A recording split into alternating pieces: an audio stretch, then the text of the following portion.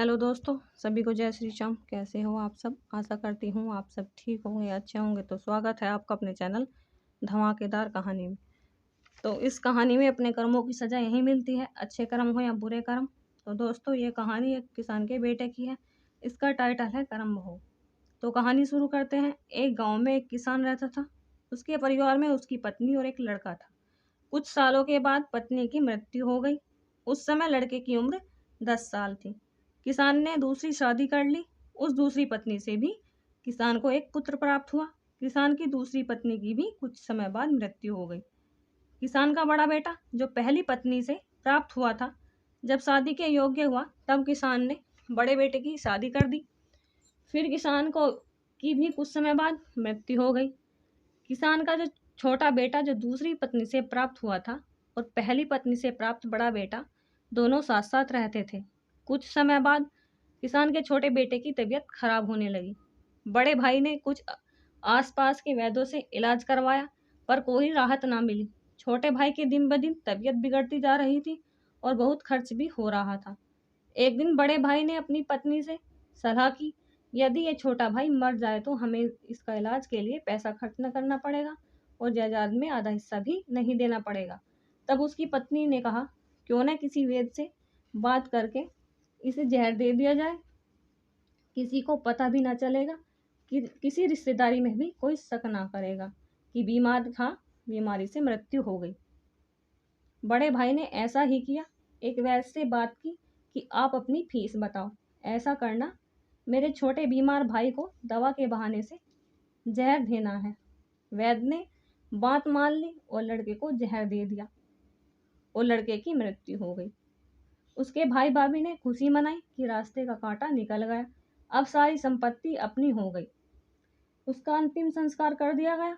कुछ महीनों पश्चात उस किसान के बड़े लड़के की पत्नी को लड़का हुआ। उन पति पत्नी ने खूब खुशी मनाई। बड़े ही लाड प्यार से लड़के की परवरिश की। कुछ ही गिने वर्षों में लड़का जवान हो गया। उन्होंने अपने लड़के की भी शादी कर दी। शादी के कुछ समय बाद अचानक लड़का बीमार रहने लगा।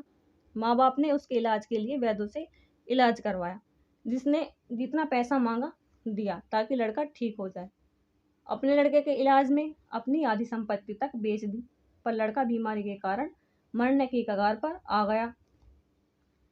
शरीर इतना ज़्यादा कमज़ोर हो गया कि अस्त्र पंजर शेष रह गया था। एक दिन लड़के को चारपाई पर लिटा रखा था और उसका पिता साथ में बैठा अपने पुत्र की ये दयनीय हालत पर देखकर दुखी हो रहा था। तभी लड़का अपने पिता से बोला कि भाई, अपना सब हिसाब हो गया, अब कफन और लकड़ी का हिसाब बाकी है, उसकी तैयारी कर लो। यह सुनकर उसके पिता ने सोचा कि लड़के का दिमाग भी काम नहीं कर रहा है बीमारी के कारण, और मैं बोला, मैं तेरा बाप हूँ, भाई नहीं। तब लड़का बोला, मैं आपका वही भाई हूँ जो आपने जहर खिलाकर मरवाया था। जिस संपत्ति के लिए आपने मरवाया था, मुझे अब वो मेरे इलाज के लिए आधी बिक चुकी है। अब आपकी शेष है, हमारा हिसाब हो गया। तब उसका पिता फूट फूट कर रोने लगा। रोते हुए बोला, मेरा तो कुल का नाश हो गया, जो किया मैंने मेरे आगे आ गया, पर तेरी पत्नी का क्या दोष है जो इस बेचारी को जिंदा जलाया जाएगा। उस समय सती प्रथा थी, जिसमें पति के मरने के बाद पत्नी को जिंदा जलाया जाता था। तब वो लड़का बोला कि वो वेद कहाँ है जिसने मुझे जहर खिलाया था। तब उसके पिता ने कि आपकी मृत्यु के 3 साल बाद वो मर गया था। तब लड़के ने कहा कि वही दुष्ट वैद्य आज मेरी पत्नी के रूप में मेरी मरने पर जिंदा जलाया जाएगा। हमारा जीवन तो उतार चढ़ाव से भरा है, इसके पीछे हमारे अपने ही कर्म होते हैं। हम जैसे बोएंगे वैसा ही काटेंगे। कर्म करो तो फल मिलता है, आज नहीं तो कल मिलता है। जितना गहरा अधिक हुआ उतना मीठा जल मिलता है। जीवन से ही कल मिलता है। तो दोस्तों, आपको ये कहानी कैसी लगी? अच्छी लगी हो तो लाइक, कमेंट, शेयर और चैनल सब्सक्राइब कर देना। तो मिलते हैं एक और नई वीडियो के साथ। तब तक के लिए जय श्री राम।